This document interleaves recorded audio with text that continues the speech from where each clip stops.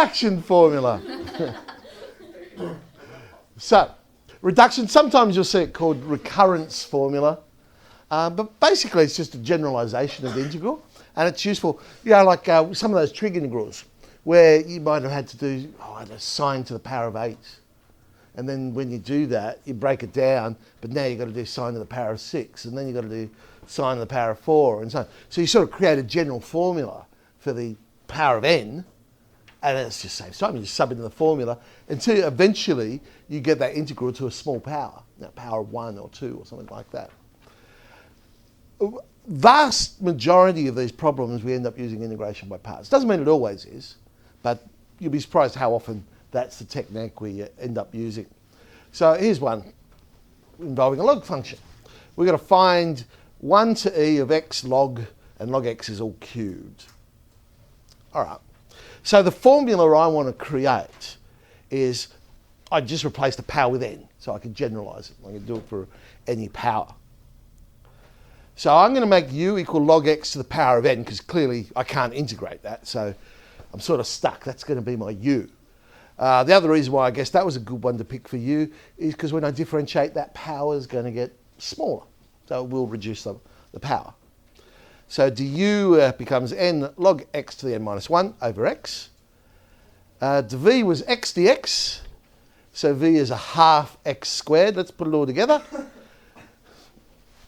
We get uv, so half x squared log x to the power of n minus n on 2. And you can see we've got the same integral, but now the power is 1 less. It's n minus 1. So I've got a formula that I could use to do it. Over here, we could work this out. And let's have a look at it. This turns out to be e squared on 2. Because log e is 1, so 1 to the power of n. So we're always going to get 1 times e squared, so half of e squared minus the log of 1, which is always 0. So every time we're just going to get e squared. So that's why there's no n's appearing in that part of the formula. It's just in our integrand.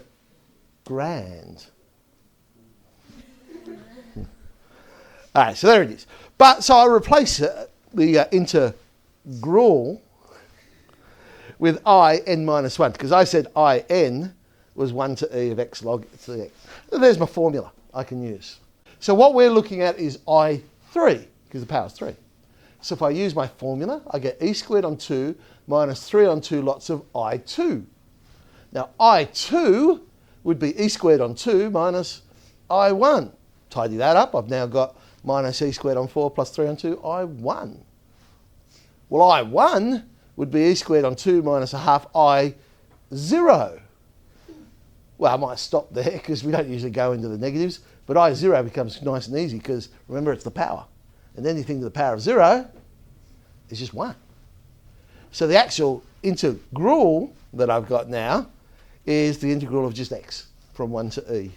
So e squared on 2 minus 3/4, add 1 to the power over the power, and we end up with, oh no, we can tidy that up a bit more. E squared on 2 minus 3 e squared on 8. What's that? That's just e squared on 8, isn't it? Yes, it is. Look at that. E squared on 8 plus 3/8. Or, ooh. This is one way of using the formula. I started with E3 and I'm working my way down. Some people like to do it like this. Well, I know I can work out I0.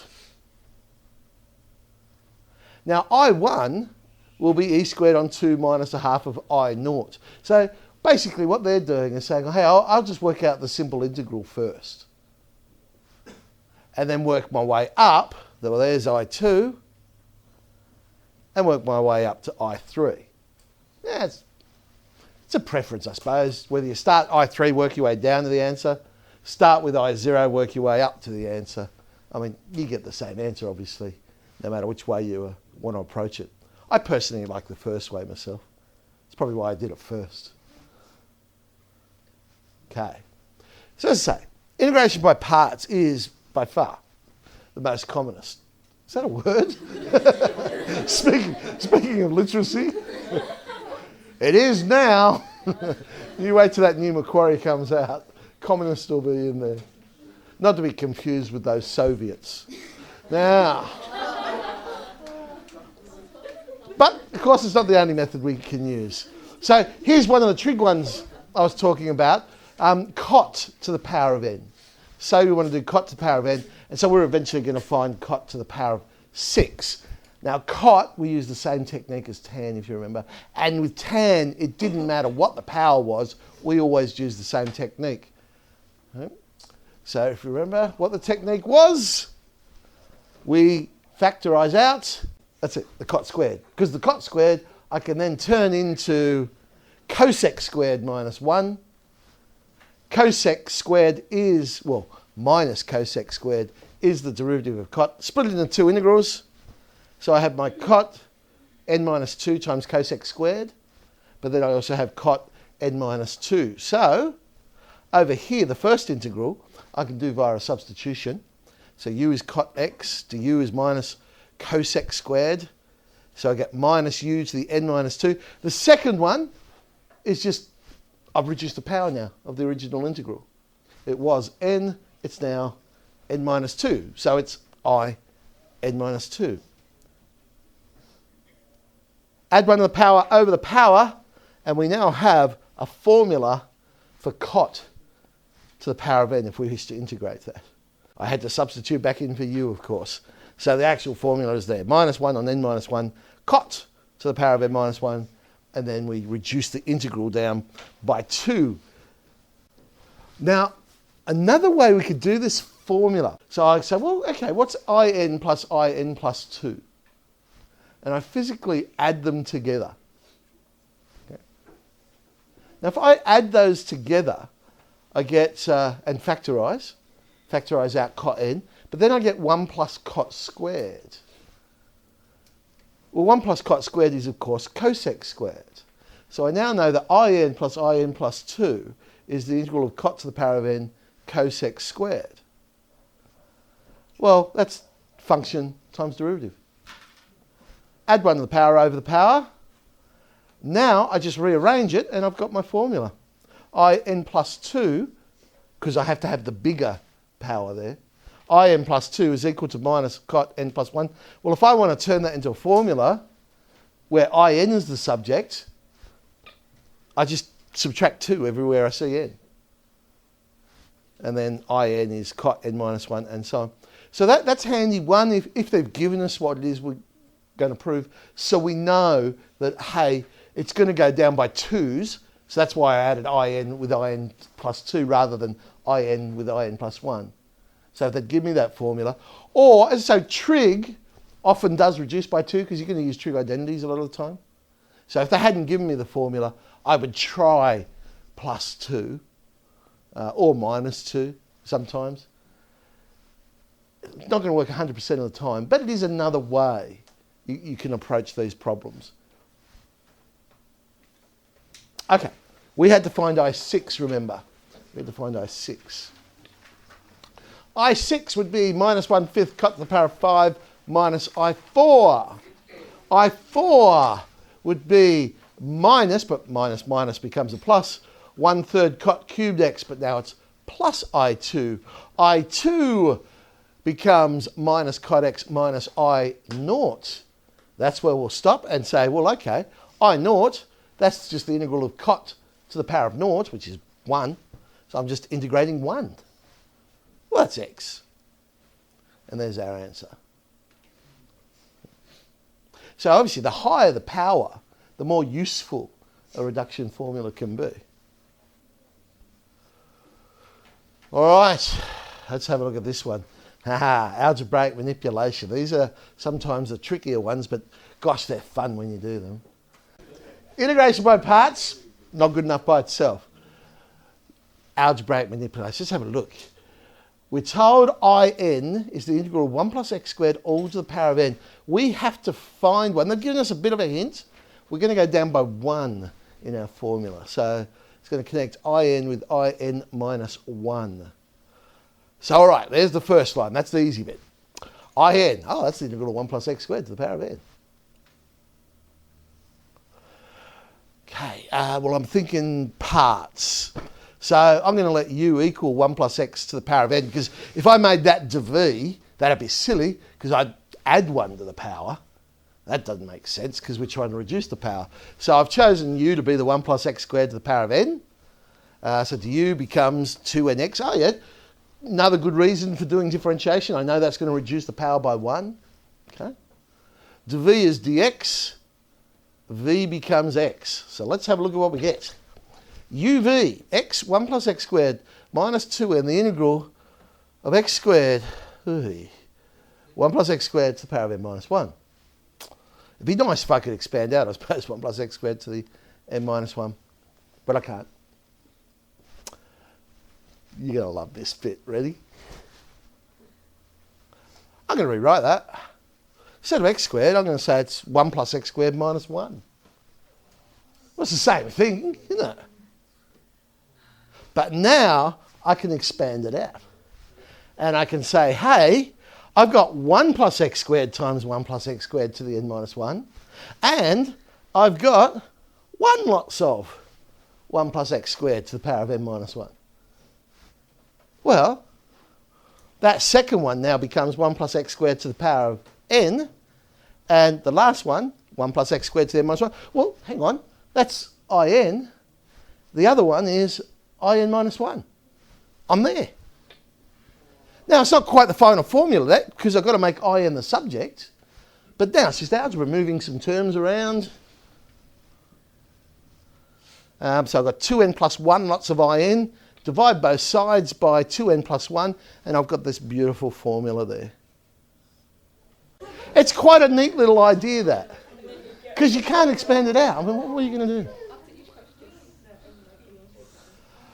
Oh, a very old HSC question, 1987. They've told us the formula. If you get a question like that and they don't actually ask you to prove the formula, you just go, thanks. Unfortunately, in this one, they've gone, prove. But at least I know what the answer is going to be. So that way, if I stuff it up and can't get the formula, I can go do the next bit and get that out. So, all right, we've got to prove in is n minus 1 on n minus 2. Okay, cos to the power of n. Okay, what was our technique for cosine? If it was an even power, we don't know. Is n odd or even? So I can't go back and say, okay, I'm going to use the technique for an even power. I can't use the technique because I don't know. Sure, I could maybe cheat a bit because I know the final answer.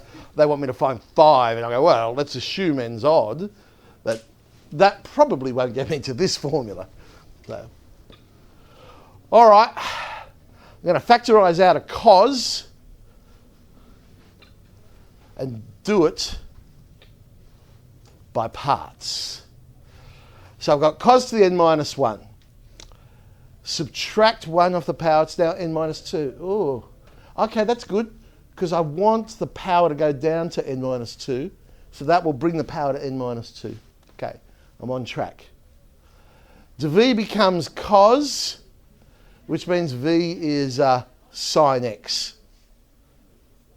Okay, uv. This is a nice little one out the front. Have a look at your limits. 0 to pi on 2.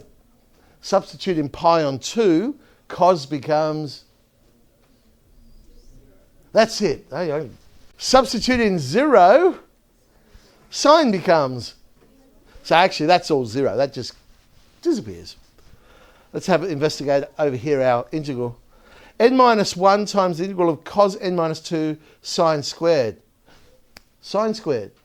I can write that as 1 minus cos squared. So, all right, the definite part out the front that we're substituting into, we can work that out and get rid of it. We know that's going to be 0. Over here on the right-hand side, I can now split that into 2 integrals. So I've got cos to the n minus 2, and I've got cos to the n. I can now write them as n minus 2 and in.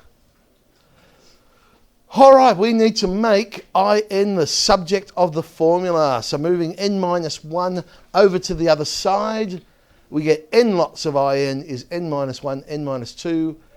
Divide by n, and there we go. We've come up with the formula that they asked us to prove.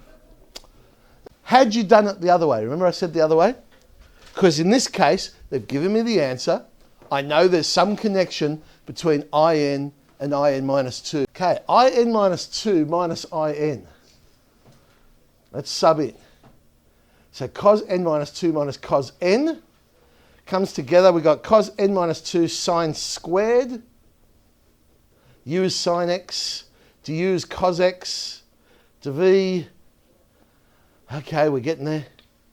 Oh, it's starting to look really messy. Why did I do it this way, he says. But again, oh look, substitute in pi on 2. Substitute in 0. That goes away. That gets me 1 on n minus 1 in.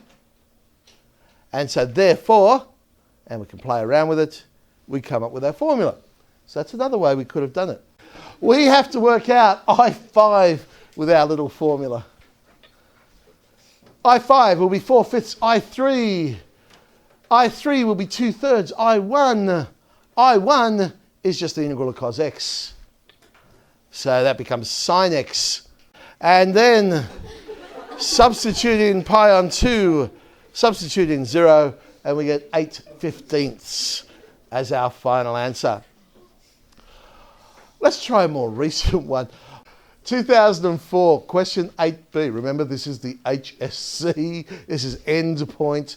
Don't panic when you look at it today. But notice it was question 8. How many questions are there in the HSC? Well, back in 2004, 2004 was before multiple choice, wasn't it? Yeah. And so 8b probably was the last question in the paper. So you're expecting something a little bit fun. All right. However, even when you do get these incredible questions, which are like off the air, there's always gift marks in there. The trick is to at least try and extract some of those easy ones. We have to show, so in a way they're actually giving us a little bit of a hint here to try that idea of adding the in with the in plus 2. So if we do that, we'll have the integral of tan to the power of n plus the integral of tan to the n plus 2. Now I can factorise those. When you factorise, take out the lowest power. And I'm left with 1 plus tan squared. And 1 plus tan squared is, of course, sec squared. And we've got a nice little integral there to use because we now have function to the power of n times its derivative. So if we do u equals tan x, du is sec squared. Our limits, of course, will change. Then they'll become 0 and 1. But it's just integral 0 to 1 u to the power of n. Add 1 to the power over the power, and we get 1 on n plus 1. And that's what they were looking for. So that part of the question, that was like setting it up. But here, have some marks. All right? To make you feel a bit better when you start trying the next bit. Okay. Now, J, where did J come from? Let's go back to what the question said. Jn is minus 1 to the power of n I 2n. So I guess what they're saying here is we're really only using even numbers for this because 2n will become 0, 2, 4, and so on. Okay. Well, Jn, they told me Jn was minus 1 to the power of n I to the 2n. Now that means Jn minus 1 must be minus 1 to the n minus 1 I 2n minus 2. Okay. We're trying to prove that. I notice in what they're trying to prove, there's a common factor there of minus 1 to the power of n. So I've said, let's make them minus 1 to the power of n. Well, negative times negative 1 to the power of n minus 1 is the same as saying plus negative 1 to the power of n. So we now have our common factor that we're looking for of minus 1 to the power of n. Good. That leaves me with I 2n plus I 2n minus 2. Okay. But we just proved. Right? So instead of n, right, in part A, now I haven't got on my screen here, but in part A, what did we prove? We proved that I n plus I n was equal to something. Well, basically, if I say n in that formula that we just saw is 2n minus 2. Okay. And then we get I 2n plus I 2n minus 2. It is in fact the formula that we just did. So I just have to replace n with 2n minus 2 in what we just proved. And so the bottom of the fraction becomes 2n minus 2 plus 1, because in what we just proved, it was n plus 1, wasn't it? So we replace it. And there it is, it drops out actually quite nicely. Jm is pi on 4 plus the sum of 1 to m of minus 1 on m. So, this is where people start doing really silly things in the exam. They go, sigma sign. Statistics? No. We see that in statistics. Where else do we see that? Induction? No. And there'd be people that try and prove that by induction because they see the sum and there are all sorts of ideas. All right. Jm. What is it? Minus 1 on m over 2m minus 1. Now, don't worry. Don't look at this and say, how on earth did he go from here to here? I didn't. Right? What did we do in the last step? Right? So I'm using that formula, but making Jm. So instead of, I think we had J, was it 2n? So instead of 2n, I'm putting m. So I'm replacing 2n with m. And so it becomes, and then I'll move the Jm minus 1 over to the other side. All right, but hang on a sec. I can use the formula again. Because Jm minus 1, because now that I've got this formula that Jm is this fraction plus Jm minus 1, I can now continually use this formula. So Jm minus 1, right, Jm minus 1, replace m with m minus 1, becomes minus 1 to the power of m minus 1 on 2m minus 3 plus Jm minus 2. But I can use the formula again. And so on and so on and so on. And we're going down by 1 each time. So I could eventually get to J0. And the one before J0 would have been J1. And if we work out what J1 is, because we can substitute it, we just get minus 1 on 1 over 1. This is where the sum comes in. Because the sum part is all of these terms added together. J0, I hope, is pi on 4. So, okay, what we've basically got now then is the sum. There's our general term right there, because that's what we were substituting into each time. And we went from 1 to m. So it looked horrible, but I hope you think it's okay. We've got to work out the integral though. Integral of dx, that's just x. Sub in pi on 4, sub in 0. Voila! Now, we're going to use the substitution. I told you it was a beauty. Use the substitution, u equals tan x, to get this. All right, in. That was right back at the start, wasn't it? In was this. Integral of 0 to the 4 of tan nx. Well, they gave me the formula for in, remember? And they're just saying, use the substitution u equals tan x. Okay. U equals tan x, by the way, another way of saying that is x equals inverse tan of u. You'll see why. Which means dx is du on 1 plus u squared. So now I can just substitute it. It's great, isn't it? Change the limits. Tan x becomes u to the power of n. Dx becomes du on 1 plus u squared. There's the answer. Now, then they came up with part E. We have to deduce that in is always in between 0 and 1 on n plus 1. And from that conclude that as n gets bigger and bigger, if we could get all infinite number of terms, then its value will approach 0. Okay. Well, what I do know is u to the power of n on 1 plus u squared is always going to be a positive number if u is a positive number. And notice the limits on the integral are always positive. So what I'm substituting in will always be positive. Hence, so that's the easy bit, hence in has to be positive. Because that integral, we're saying 0 to 1 of a function that's always positive. I've got to have an area there that's positive. Okay, that was the first half of the integral. Gee, I hope they give me a mark for that. Now, I've got to prove it's always less than or equal to 1 on n plus 1. Okay, remember this? We said, way back in part B, I think it was, or was it part A? It was very first. We said in plus 2 is always 1 on n plus 1. Well, if that's true, then in is always 1 on n plus 1 minus something. But that thing we just said is always positive. So if I'm always taking away a positive thing from 1 on n plus 1, it must be less than 1 on n plus 1. Bingo. So I have the other half of the inequality. So thus, in is always in between 0 and 1 on n plus 1. So you're feeling pretty good about yourself. You got that out. Hey. Oh, that's right. There was another bit to this question, wasn't there?